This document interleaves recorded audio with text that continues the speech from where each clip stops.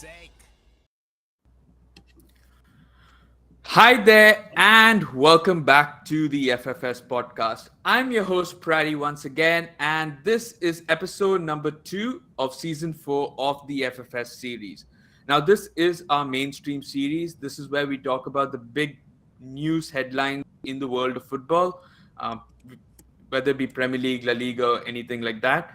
And well, today's episode, the topic that we're going to be discussing today is something as a journalist or as a podcaster, it's brilliant to have because it is definitely something that creates content. It initiates or engage. You start off the discussions and debates with it, but in an ideal world, I would be much happier sitting here and not discussing this because it's not a nice topic.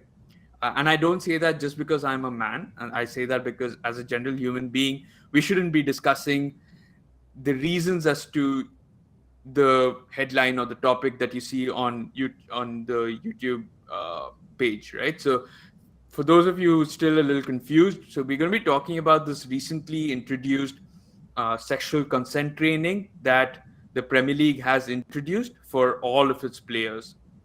And by that, I mean, we're talking about only the Premier League. There hasn't been any confirmation yet about it being, trickled down to the lower leagues or the championship or anything like that. It's something that came up, I think, I would say a month ago, amidst the transfer hullabaloos and the transfer chaos that was happening during the end of the transfer window. And it's something that I found out on Twitter and on social media, and it seemed to not really be picked up by a lot of mainstream media. Not many people are talking about it, but I thought it had to be because of the surrounding circumstances of the past year or so. And to do that and to discuss this very important topic, in my eyes, we've got two guests on this podcast, and in true typical FFS fashion, we will ask them to introduce themselves, and we do that in the alphabetical order. So let's start off with Arvind. Arvind, welcome back to the podcast. It's been a while. I don't remember how long back. I think we've had we did a podcast together, but Last year. uh, last year, I suppose. Yeah, I mean, last year was anyway the last time we actually did any podcasting as part of FFS. So, welcome back, and why don't you tell us a bit about yourself? Hey guys, so I'm Arvind. I'm from Bangalore. I'm an Arsenal fan and a BFC fan. Pretty excited as to where the season's going, where the season's coming in terms of BFC. And yeah, I'm part of the Bangalore Gunners group. And yeah, really excited to be back on the FFS podcast. Paddy's been doing great stuff over the years, and we had to contribute a little bit in that great revolution of his.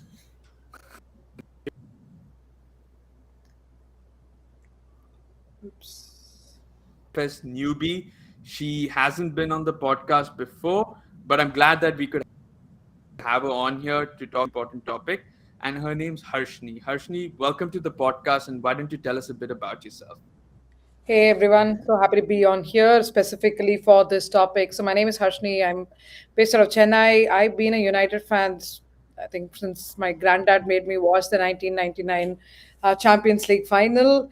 And today is the 30th anniversary of David Beckham's senior debut for Manchester United, which is why I have his 2002 jersey on in honor of that. I'm really looking forward to discussing this today. So.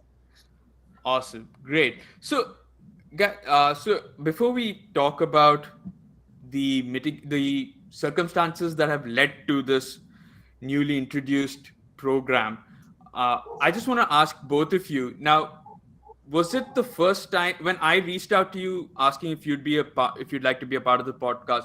Was that the first time you heard of this training, or have you did you come across this on social media or some other platform? Harshni, let me start off with you.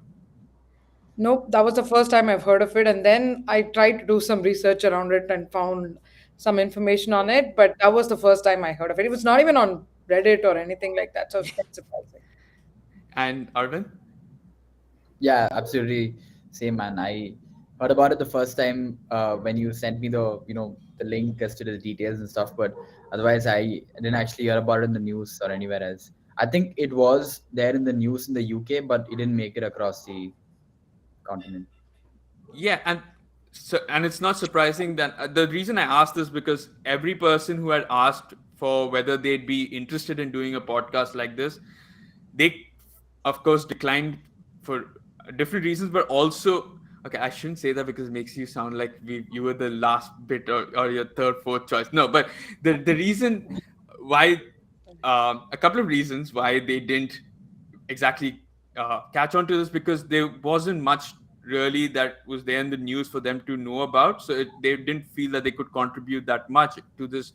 And it's I'm not surprised that you said that when I reached out to you that was the first time because when I was going through Twitter and you know how like crazy the feed gets at times, especially during transfer day, that like transfer windows, right? So every other post is actually about somebody moving or somebody planning to move. Manchester United is going after their 100th transfer, or Arsenal are finally buying someone from Manchester City again, or Liverpool aren't buying someone because we just don't seem to have the money for it.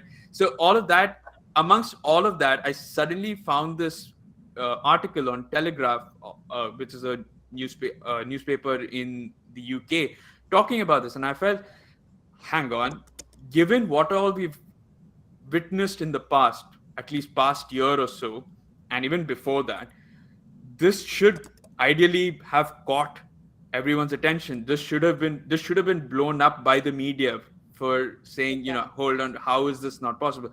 And I want to know your thoughts when you came to know about this, and I want to know, were you surprised that this wasn't made as big a deal as it should have been, or do you think it was given the right amount of media attention that it got? And Harshni, let me ask you again. I mean, I wouldn't say that I was surprised that it didn't get much traction, at least, where we are now. These are the same kind of fans. Like, I have a spreadsheet for every transfer where I'm tracking, how much did we spend, what was the net spend, what did we make from this endorsement and that sponsorship and all of that, right? So, this is a community of fans like that, and I'm part of a huge a WhatsApp group, a huge Telegram group, and this wasn't even mentioned anywhere. And when I said that there was something happening like this and reached out, they were like, "Oh, this is news to me." So, but this is the same community that has discussed episodes like like what happened with Greenwood or what happened with that alleged Arsenal player. All of that extensively, right? So while that got the coverage, something positive being done actually didn't. But I'm not too surprised because that's how social media works, I guess. Right, and the same question as well.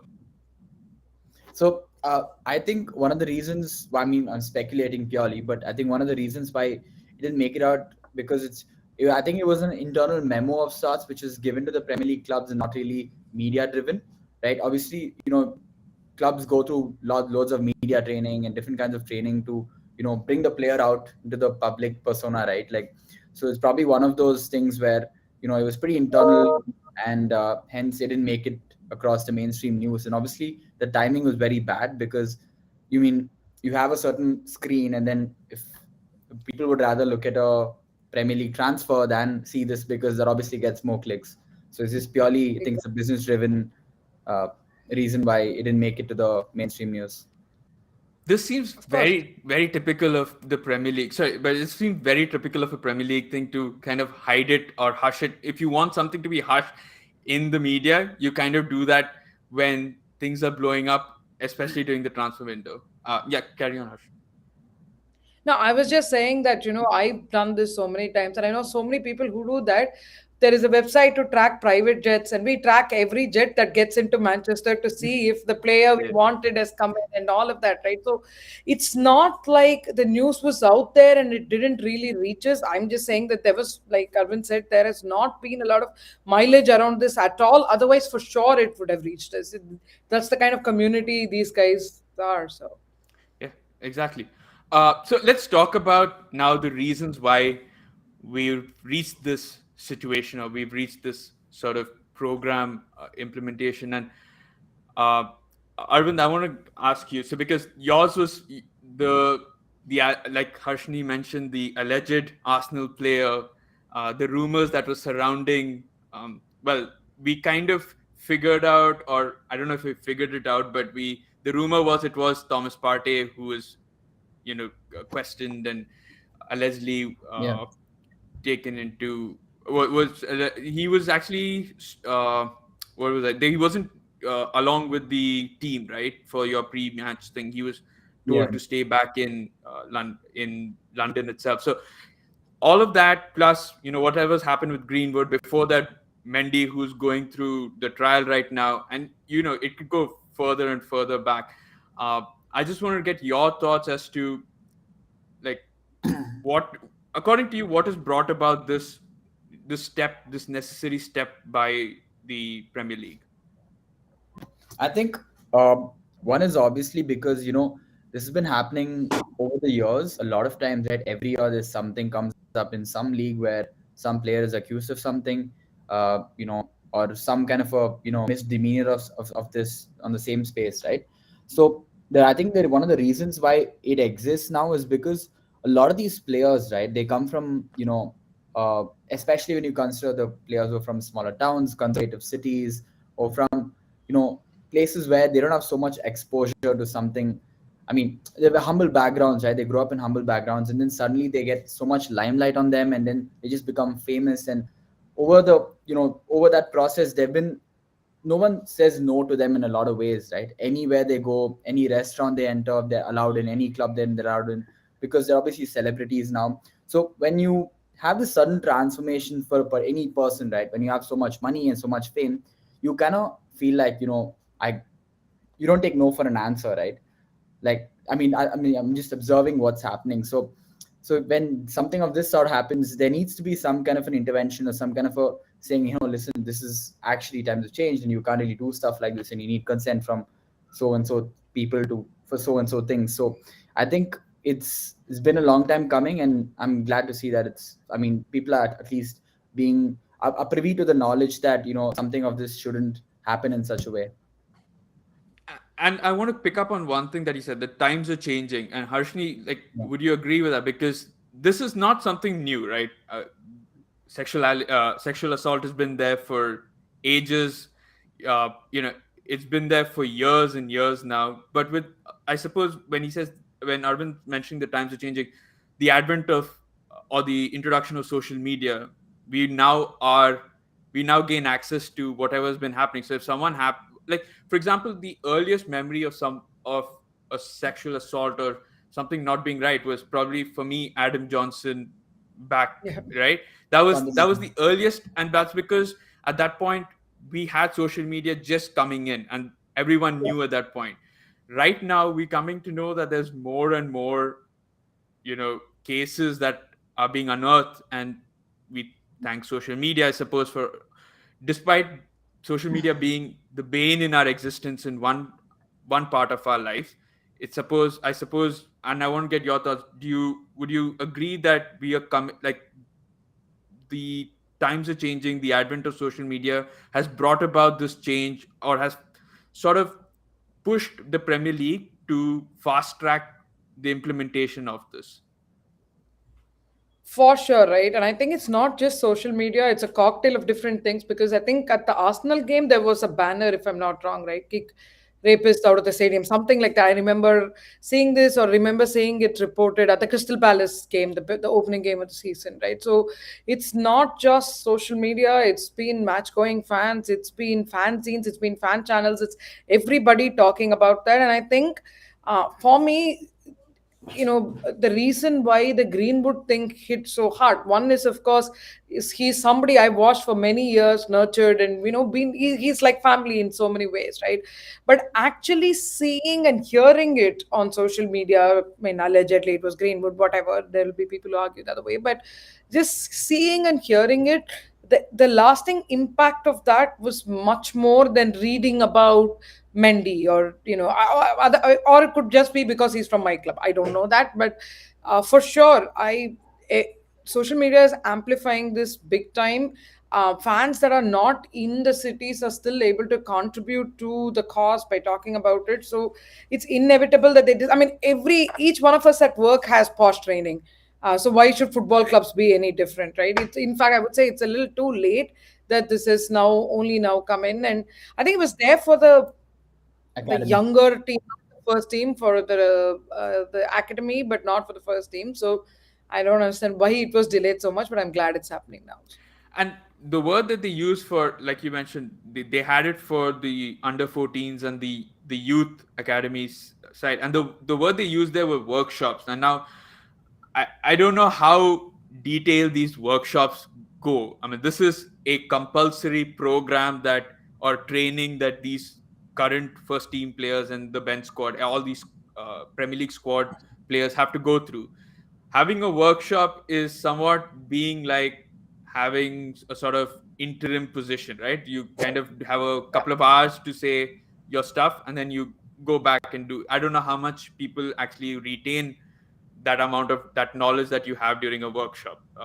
For me, a workshop is, if it's interesting, fair enough. It educates you quite a lot, but workshop could also be perceived as being a day off of sorts. Like you've got a few hours where you can just chill. You don't really have to do work, and so I don't know how the term workshop didn't really sort of inject me with a lot of positivity, like assurance.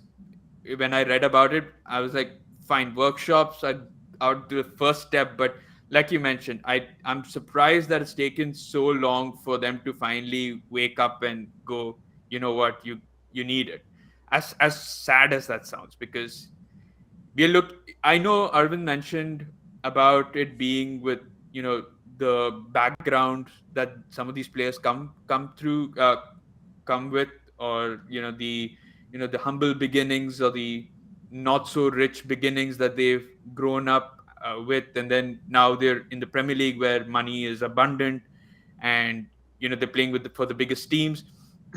So yeah, it's just, it's interesting to, I mean, it's sad that we have to talk about this in a way.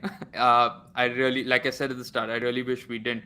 But I mean, what for Harshni, as now as a fan, and now that the Premier League has introduced this particular scheme or this program, what are you kind of expecting from that program? Because it says it's a sexual consent training. Now, as part, they've not, so the thing is, we don't have much information to go on, right? The few reports that I mentioned have said that it is compulsory, but neither the Premier League nor the FA or anyone has actually come out and said this is what we're planning or this is our structure. We've done podcasts on how the Premier League is going to change, like with Project Big Picture and all of that. We've done, and they've given us like a detailed structure, right? Point wise, everything. As something as important as this, where one of your league's players is actually facing trial for crazy number of sexual assaults.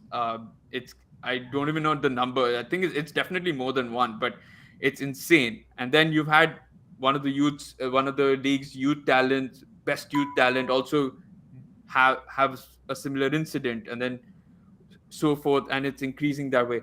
uh, yeah, I just want to know, what are you expecting from that program? What do you think should be implemented in such a program? See, that's the challenge, right? Like you were saying, there's no information other than that this will be done. This is compulsory, and if it's not done, it's a fine. I mean, what is going to prevent somebody from just paying the fine and moving? Like, where is the oversight for something like this?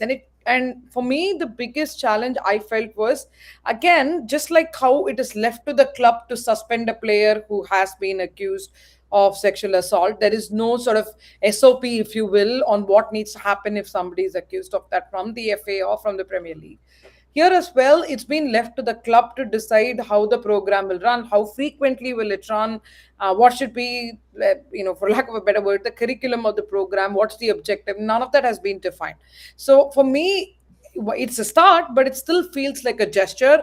And I honestly think if they want to be serious about this and want this to affect change, then they need to work with organizations that are in the grassroots, that are working with this, that are outside of football as well, right? Bring those experts in and make it as part of the FA structure rather than just leaving it to the club to decide, what it entails. So I think that is most important. Without that, this to me feels like a gesture, honestly. Okay, So fair enough. And I Arvind, the same question. speculate, yeah. So I speculate that the reason why it's being so hush hush is because obviously the more news you bring, I mean, the more news this brings into the limelight, right? So what happens is this is not necessarily what you will see as positive thing happening in terms of how it Sure. reflects on the players and the clubs and the players which are accused, right? So obviously, and obviously, Premier League is obviously a money driven organization. It's a business at the end of the day. So any business in that matter will obviously try to protect its assets. And when you have something of this coming up in the news, it obviously brings on more conversations and like a lot more limelight onto the players and the clubs which have allowed something of this sort to happen. So I feel that the reason they've kept it so hush hush is because the Premier League sponsors and all of these other big stakeholders have like a say in what affects their brand and what doesn't. And this is something that they don't want it to, affect the brand in a negative way. So I understand that point of view. And going back to your earlier point as to where you said, uh, workshop of sorts is basically like a day off, right? But I think now with the advent of how Greenwood, the reaction of what his actions, have, come across, like the kind of news it brought in and the kind of attention it brought into a particular event, I think players will think twice before actually doing something more than any workshop would actually impact their, because they obviously see like a star player who's, as Ashni said, right, like, he was being molded to be one of the great talents of United, and then all of a second his just career has just disappeared in like nothing. So I think, and then even now, even if he comes back, right, it's people are not going to see him in the same light, and everywhere he goes, there's going to be have he's always going to have negative PR on him. People are going to boo him in every stadium. So obviously, you see like a great player lose his life in a second. So obviously, the other players would be naturally scared to actually think twice about doing something, or would be more aware of the circumstances or the consequences of what happens when you commit such a crime. So I think that has a bigger impact than any workshop or anything that can be happened. So Okay, and I again picking up on what you said. So we spoken we sorry we're speaking about how Greenwood the our Greenwood, Mendy, possibly Partey, even Bissouma at one point were there were allegations against him. All these players can be examples for how quickly your career can go down the shithole, yeah, basically, right? Uh, but we're talking about the Premier League having this program for the players right now who are currently in the setup or in clubs. Wouldn't it also be prudent for the Premier League to set up a similar sort of rehabilitation program for those who have committed, like for example, a Greenwood or a Mendy? Is I that think something that I don't that's know? jail. I'm sorry, That's the jail. rehab. Jail is the rehab, but you can't really I do mean, anything. jail.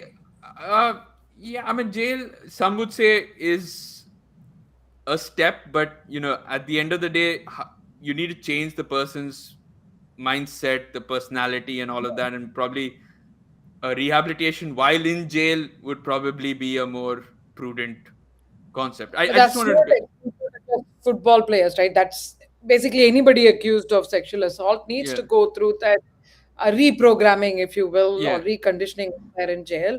That's there, but we don't even, like, for instance, everybody knows that Thomas Partey has been accused, and everybody knows that it's because the crime was not committed in the UK. They allegedly, again, that no action needs to be taken, and we still see him pull on an Arsenal shirt and play for Arsenal, right? So Arvind, to your point, that yes, the Greenwood story will serve as an example. Last week there was a major furore because some fans did some digging and they found that he was still listed in the under 21 squad, right? And Yeah. that might have been purely because of contractual reasons, because the club can't fire him until it's proven, and it's innocent until proven guilty and whatever. And there was a lot of backlash. But I also saw a lot of fans now, suddenly the same people who were all for the girl when the news came out, say, who knows, why did she take down that story? Why did her father say what he did, after she put that story out? Maybe this whole thing was fake. Maybe, right? There is always that possibility. But the narrative changed towards that, given that it's been 9 months since this happened, and that distance has given some perspective, and somehow our memories have all been like, Yeah. hit refresh, and where people are talking that, maybe it's not so bad that he's in the under 21 teams. Yes, there was a minority, but there was still a sizable minority of people who are saying that, as opposed people are saying, no way, Greenwood can't be near my team. So that's the challenge with, them being an example. So that's the other thing that I worry about, that we're not setting enough of an example for these players. Like Bisuma is still being discussed as a potential transfer, right, during the transfer window. Like, it's very hard to wrap your head around that. So Yeah. Even Robinho, was it? Yeah, Robinho. oh If you yeah, heard this charges, he was playing for years until, and he only had to, the only time he could actually be caught was if he ended up going to Brazil. So a player can easily sort of bypass that by kind of committing the crime outside of exactly. the country, and then having, there are possibilities. So the Premier League, for me, I think, has a huge task on its hand, and to put out something like this without any, specification, any details, and leaving it, I suppose, to the clubs to sort of deal with any of the consequences or any of the actions, seems very shallow, in my opinion. Um, okay, the other, a weird sort of coincidence, or the weird narrative that came about, since Mendy, was the fact that it's the news or the stories that have come out have largely been post COVID, and there's been this narrative that, having been quarantined or having been in isolation for so long, these people have just, after being released you know into the public, have lost all their senses, and it's kind of like releasing an animal out of the cage into the wild, and then they just want to have a lot of fun, so they do all this crap. I wanted to get your thoughts on that, because for me it's just bizarre that anything is related to like relate, I don't know, maybe it is psychological, that someone feeling so cooped up inside his own house, and now you've told him you can go out and party and do whatever, and he goes the extra mile. And of course, added to that, what Arvind mentioned, that no one says no to you, so you take advantage of that. Harshni, I want to get your thoughts on this sort of narrative that came about. I mean, you mentioned Adam Johnson, right? That's years before Yeah. COVID, and I like there have been like blind gigs for different reasons. Of course, not exactly assault, but the Wayne Bridge, John Terry saga. We've had Wayne Rooney, Martial in recent times being accused of the same thing. Greenwood and Phil Foden in Iceland, when they broke the bio bubble during COVID. There have been sporadic instances, but yes, the frequency of the stories that we've been getting has been more. So maybe COVID did play a part, but then again, the restrictions in the UK were, one, not as stringent as it were in the rest of the world, and also not as prolonged as it was in the rest of the world. So I don't know how much that has contributed. But yeah, it is, we can't deny the fact that there have been more that have come out over the last couple of years than they did before. But that could also be, like you said, the growth of fan channels, fanzine, social media, more communities being formed around football. I've seen the Chennai MUSC supporters club grow from like 50 people to like 500 people in a very very short period of time, right? So it could also be we're getting more engaged fans and more social media, or it could be an effect of COVID. It's hard to say. Arvind?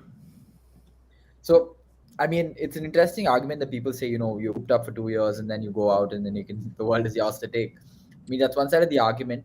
But when you think about it, right, there has been, not just in football, there has been an increase of crime throughout like Yep. society in general. Just after COVID ended, obviously there's obviously other socio-economic factors to it, like unemployment and Yeah. inflation and all of that stuff. But obviously, even in my city, I've seen so much crime, especially just after COVID ended, and then people are like doing anything to make some money.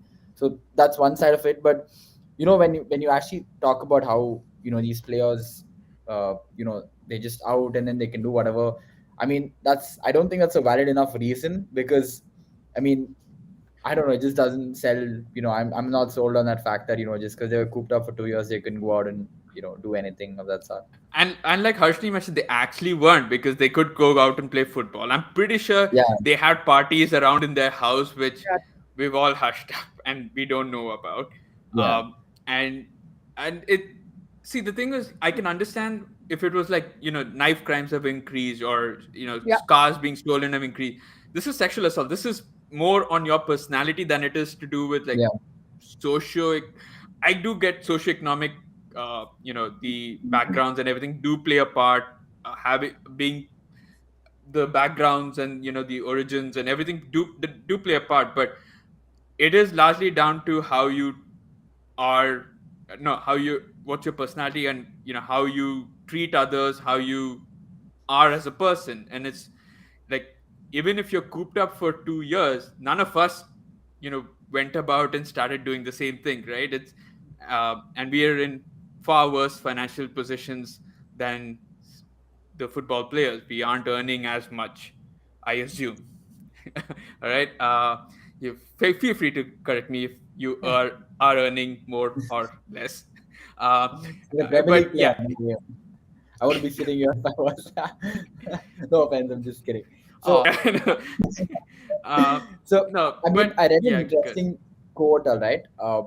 As to, I mean, this is not related to football, but I just wanted to put it out that when when you involve like a lot of money in a person, right? Like when a person suddenly gets money, they don't necessarily change, but what their personality or what their original identity was, it just amplifies, because now they have access to a lot more things. So if a good Sure. person got a lot of money, he would obviously be seen in a better way.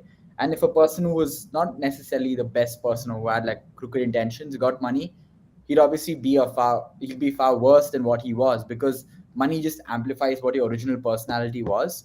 So I think in these cases, right, some of these players, as I said, right, they come from backgrounds where I mean, like countries like Saudi or some of the most conservative countries, where it's okay to do certain things to women which is not okay to do like in the rest of the world, and of course that's obviously wrong. So when you put them in another situation where, like, like a country like UK, when they give them a ton of money and a ton of fame, it obviously I mean, I'm just connecting the dots and saying the same kind of mentality amplifies, and For these sure. events are basically the repercussions of what has happened in the past.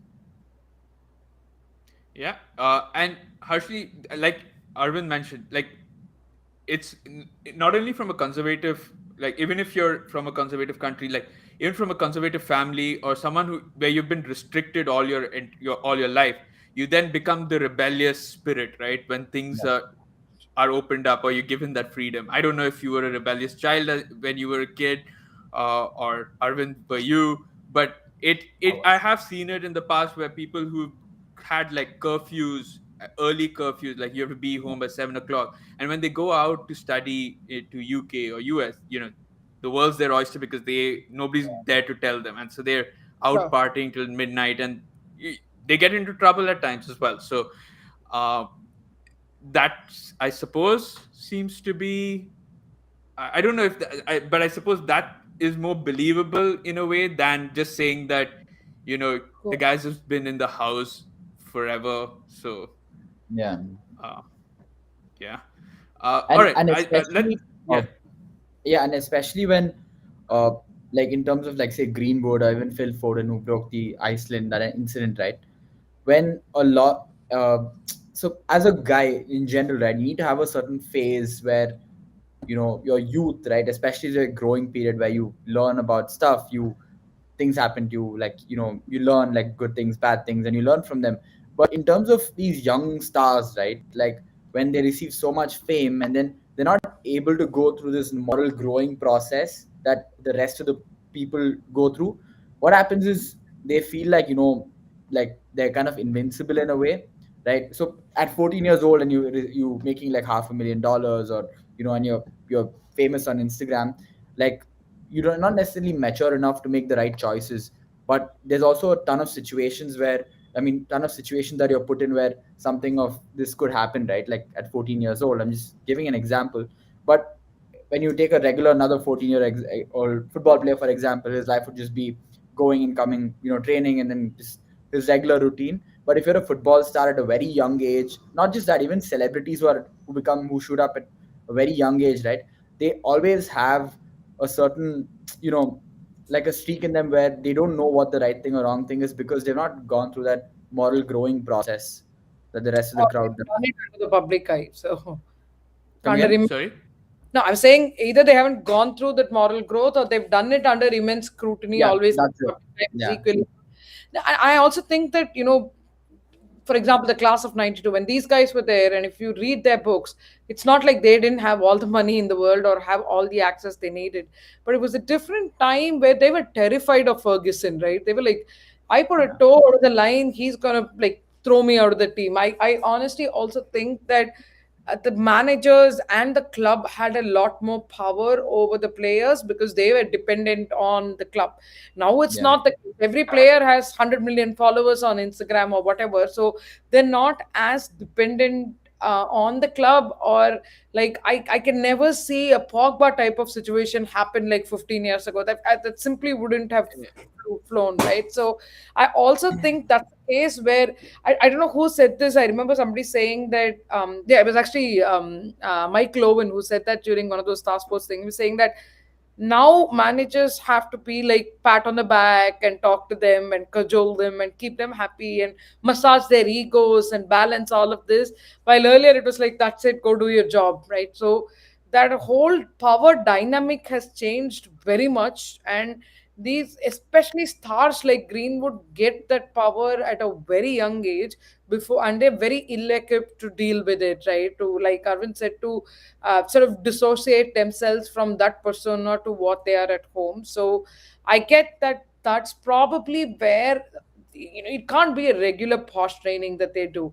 It needs to take into account that somebody making taking 2 lakhs a month home is not the same as a Mason Greenwood who's taking, I don't know, 10 million home a month. I'm just saying, right? So that, and the kind of accessibility, the power, and like you started by saying that nobody's saying no to them, is what needs to be taken into account when they are bringing up this charter, right? Otherwise, just having it is just like, like companies say, oh, our culture is great, that and this, and then it's just something written on the wall. There's no point. You have to live and breathe it, and that's what is required. So, Yeah, I think player power is a very key part as well. It's something that I hadn't thought about, but it definitely does play a role here because if you look at Mendy, right? I remember when he had gotten injured and then he decided to fly away to Hong Kong or Barcelona, and then someone in the press yeah, conference asked Pep, like, was he at Hong Kong? And he's like, I don't know. I guess so. I mean, like he's not supposed to be, but he's there.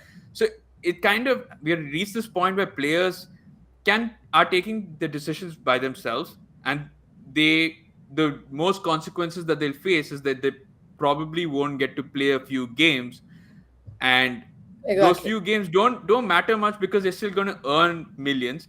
And if they don't, and if the club finally decides, fine, I mean, I want to sell Mendy, they've got an agent who is readily available, who can find them Exactly.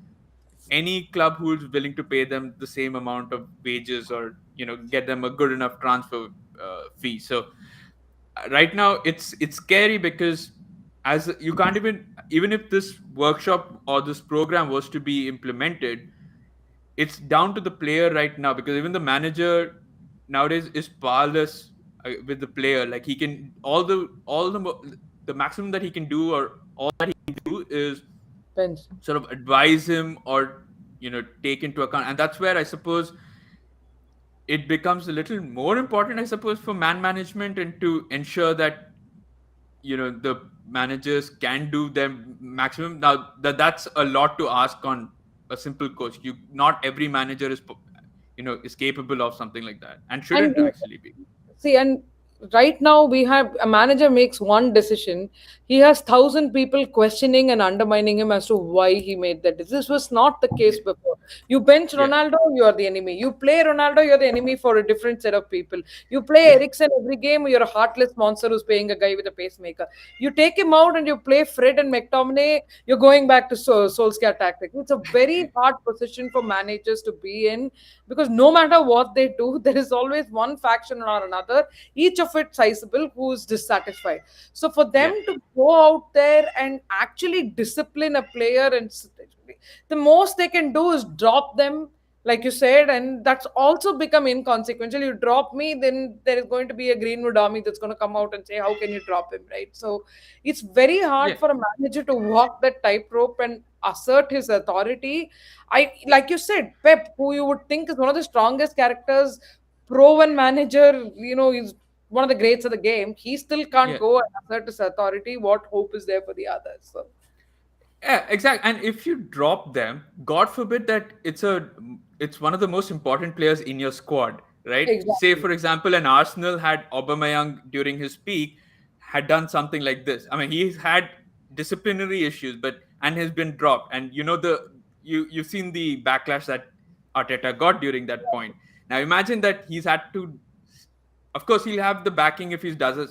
I mean, if it's sexual assault, of course the manager will have the backing that he's dropped him because it is. But there is of course a section of fans who still think, they keep using the word alleged, which means that they need to see it live for them to know that yeah, it's happened. Because no matter what, so for Greenwood, we've had the recording, we've seen the pictures, we've seen all of that. And I yet, know that's all and yet people say no, he's not done it, and that's not his voice, and all of that. Uh, and that's because they need to see it live. So you'll still have backlash, and I feel it's impossible for a manager, and it shouldn't be down to him. Ideally, like no matter how good a manager is, it's the player's personality will speak for himself. So if it's going to happen, it's down to the player. But the player power, yes, is scary because they are getting used to that. Even if they say no, it really doesn't matter. If the manager says no, I don't care, I'm rich. If someone else says no, I don't care, I'm rich, I can afford to do whatever I want to with minimal consequences. Um, so that is scary. But now I want to look at it from now the women's perspective, the victim's perspective, Harshni. And for them to, there are these women fan groups and all who've probably been notified that the Premier League is going to be doing this because they were the ones who's been petitioning for it for a while.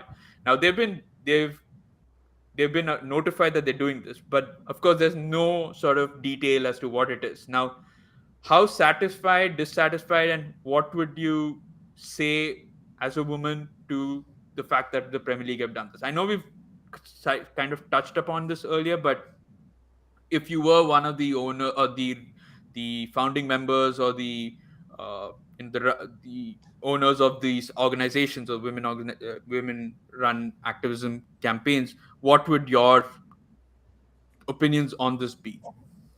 see, I mean, I don't want to be too cynical in this case, right? And some of these organizations have actually come out and said, yes, it's a good start. It's a start. It's at least a start. I wouldn't say it's a good start. It's a start when nothing was there. But for me, the biggest feedback would be to keep these organizations in the loop and involved through this whole process, right? It can't be that you do a 1 hour session every whatever every season, show them a few PPTs, and then say, all right, you're done. You're trained That's a them. workshop. That's Exactly. exactly a It's workshop. gonna be a workshop under a different name altogether, right? Like when I took my POS training of my company, I had to get 10 out of 10 on all the questions, right? And if you get one wrong, you don't even know which one you got wrong. So you got to go back and keep doing it over and over again until you get all 10 right. Now, that is a good post training process. It's reinforced learning, right? When some company can do that, somebody with that much power like the English FA, and this needs to be sort of a tripartite initiative between the FA, the Premier League, and the clubs, right? They all need to come together along with those organizations that we just spoke about to do this. Otherwise, it's going to ring very hollow. So Would you think that the Premier League should give these organizations the power to organize these events rather than them doing it themselves. The I would, Premier League right now is kind of being. I think the upcoming CEO is a woman as well. The FA is now run by a woman as well. So, yeah. which bodes sort of well. But would what would you do if you would you ask the women organizations to give them the power, or would you just have them sort of in the loop but not really? I would have them involved. It also depends on what type of organization they are. Some of these organizations are more about victim support, so they're not going to be too helpful in this context, for instance, right? But some of these organizations actually do focus on what you touched upon at the beginning, which is around rehab, which is around preventing this from happening rather than post facto after the fact. So those are the ones that I would seek out. And it's not I'll say, hey, run this completely, but I would have them completely involved in the decision making process and drafting what this charter should look like. See, even I keep going back to companies because all of us, each of our companies, I'm sure when the posh whatever committee is, it is not people from that company, it is external people who sit on that, the prevention of sexual harassment committee. Why should it be any different from the Premier League? They need to get people who from outside sit in on these committees rather than do it themselves. All right, Arvind, the same question. I mean, I think Harshni kind of covered, the most of the points, but I do believe that, obviously having expert help is a lot more beneficial than having like an internal dude saying, what is not supposed to do, what is supposed to do and stuff. Because, Premier League clubs nowadays have so many different factions just in terms of coaching and development and psychology and so many things. I think Yeah. this would just be another, I mean, might as well take professional help in this aspect as well, because at least just for the initial phases or the like first year or two, just get them going, and then the Premier League can Take. take the blueprint and then do it on their own way. I'm pretty sure that's how it's gonna be done as well, because they probably won't say, this is the group we're using, but in private they might have like a partnership with somebody, some organization, which will give them blueprint saying this is what you're supposed to do and this is what you're supposed to say to these players. So yeah. Fair enough. Now, the last question that I have for both of you is: say that it's implemented. I don't know. I don't know if it's supposed to be implemented this year, but maybe next implemented. What is the impact that you're hoping for from this? Now, it's easy to say I'm hoping for there being zero cases as such, but what is the? Yeah, I mean, how?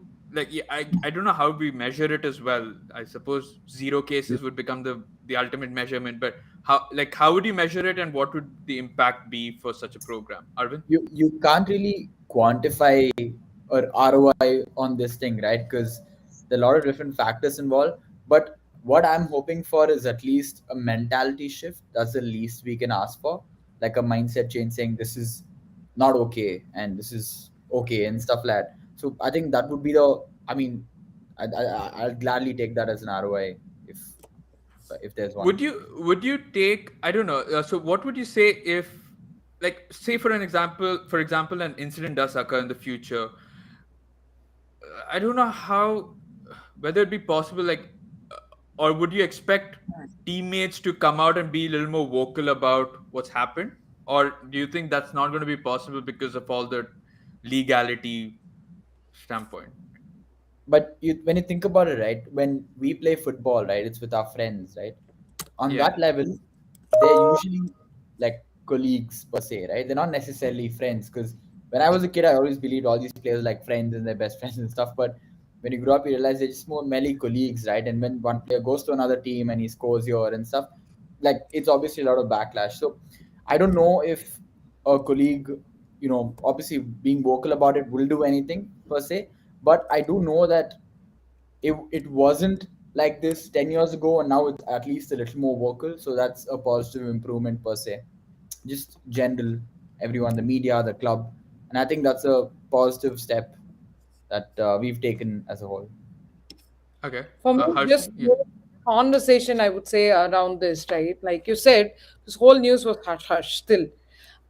if this policy at least starts a dialogue between all of this, that's the bare minimum that I would expect, that this is given the importance that it deserves, right? Even though we've seen so many cases, there is barely been any sort of effort to come out and address this. Of course, there are legalities surrounding it, but even without naming the players, there have not been much that the public, sorry, that the clubs have come out or the FA has come out and said anything in public. For me, if this could be the first step towards some sort of conversation that they can get going in the public eye, I will take that. With regards to the players, sort of peer to peer policing, if you will, or just looking out, even if they don't come out and say this in public, at least in private, if you have that strong character, who's going to pull up these players, I think at least for United, that has been a systemic issue, not just from this standpoint, but even from on the pitch, right? One of the biggest complaints have been, where are these big characters? Where is the Roy Keane? Where is the Cantona who's going to pull them up and say, you better do this, right? So if that comes up where they're looking out for each other and calling out this kind of behavior, that's still a good, I would say, pit stop to what should eventually be zero cases, hopefully. But yeah, I think we're still some way away from there. So. And this not yet, as I started this podcast by saying, this is only now for the Premier League, right? Are we going? Would you sort of see this as would an impact of this, or a positive impact of this, be that other leagues as well initiate similar sort of programs? Because yes, the cases of late have only been Premier League, but that's not to say that the German league or the Serie A or the Ligue 1 or the WS, no, not the W, sorry, but the ISL, or leagues like that don't have their issues. I'm sure if it's not sexual assault, it could be some other sort of issue. But would a positive impact of this be that if this works out successful, that they should UEFA as a whole should then mandate leagues, or mandate other leagues to sort of implement similar sort of programs? I Would mean, you that be mentioned Robinho at the beginning, right? So that there you go. It's nothing to do with the Premier League. So, yeah. of course, right, 100% would love to see this implemented, not just in football, across all the different sports that we see, right? And there are some sports that are more susceptible to this. I would say the ones that with the big, like I haven't seen something like this, at least to my knowledge, in Formula One, for example. I mean, and that is a big spectator sport, if you will, but across all sports, across all leagues for sure. But given the evidence in front of us, the place that needs it the most is probably the Premier League, which is why this is a great place to start. If it trickles down to the other leagues, why not? That's a great win to take. So. And it's not, I know, like Arvind mentioned at the start, you mentioned at the start, this or implementing something like this does shine a negative light on the league. But on the other hand, it's also a learning or an education. So in that sense, it is being positive. You're taking initiative to ensure that no such issues happen. Because at the end of the day, if you think that it's going to be negative light on your league and then you kind of hush it away, the victim suffers more, because you're not actually helping their cause. You just because you think that, oh, if I start a sexual consent training in the Bundesliga, or people think that there are a lot of rapists in Bundesliga. No, we're just trying to say that you're actually making an effort to try and educate them, so that you're preventing further efforts. I just wanted to ask you I your think thoughts on that. uh, the timing of it was a little off when the Premier League announced it, because it was just off the Greenwood case and latching onto the Thomas Partey case, and that's when they brought it out. I feel so. I felt like that was like more like, hey, this has happened, so we're doing this. So obviously they felt like that would, the connotations of this act would bring more limelight on those two incidents. But I think general, if like at the beginning of the season they just announced every team, every league, every division is going to do it, that would be more of a prevention than a aftermath or afterthought of the incident. Fair enough. All right, I guess this is as good a time to call it a day. It's been quite the morose, cynical podcast, and it's been a while since we've done that. So I'm glad that we could get that out of the way so early on into the season. But we're hopeful that there'll be a lot more positivity coming forward when it comes to this and the Premier League. And I also hope for some sort of closure when it comes to these cases, because a lot of these are like they haven't been answered, or there's nothing been said except for Mendy having the trial, and that's going to take time. The Greenwood still case is still open. We don't know much about the Party case or the Bissouma case or any other cases that have happened. So for one, at least for the ones that have been publicly sort of been announced or been viewed in public light, I hope we get some sort of closures, just so that we then know, okay, so this is now what it is, and we're going to start from here, and let's move on, going upward and forward in a more hopeful way. So yeah, that's all I can hope for now. But thank you, Harshni and Arvind, for coming onto this podcast and giving your thoughts on this very, very sad topic. But I'm glad that we could get your thoughts on this, and truly expand on what was basically no information. We've actually made an hour worth of podcast content on one article, which basically said, yeah, it's going to be mandated, and that's it. And they were Yeah, workshops I'm proud before. of that as well. Yeah, We were exactly. discussing, how long the podcast is gonna be. I mean, glad we put it up to an hour at least. Yeah. And that's not to say, I mean, I'm sure there's a lot more that we could talk Yeah. about, things that would go into a very different sort of area where I don't think I'm equipped right now to handle. But uh, I think as of now, this is as good a place to end it right now. And then once we learn more about it, we can obviously revisit this topic and see whether what we've said before actually came true, or what has been the changes so far, or how far we've deviated. But yeah, like I said, thank you for coming onto this podcast, and I can't wait to host you in the near future. Thanks, Freddy. Bye Thank you bye. so much.